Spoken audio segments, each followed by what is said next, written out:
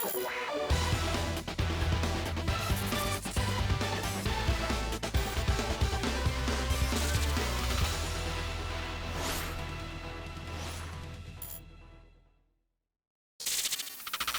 everyone, how are you doing? This is MD Tech here with another quick tutorial.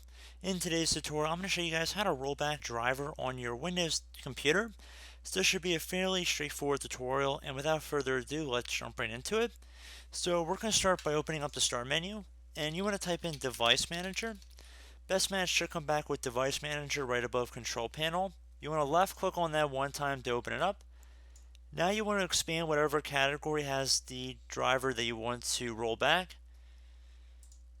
And now you want to locate whatever the device is in here and double click on it. Now you want to left click on the driver tab at the top and then just left click on rollback driver. If it is grayed out, that means there is no previously installed version of the driver on your computer. If there is an option here, you would just left click on it and roll back your driver installation. You would probably have to restart your computer as well, or it should be advised to. And then if you want to proceed to re-download the driver or an older version of the driver software, if you were having problems with the newest version, you're more than welcome to at this time. So as always, thank you guys for watching this brief tutorial.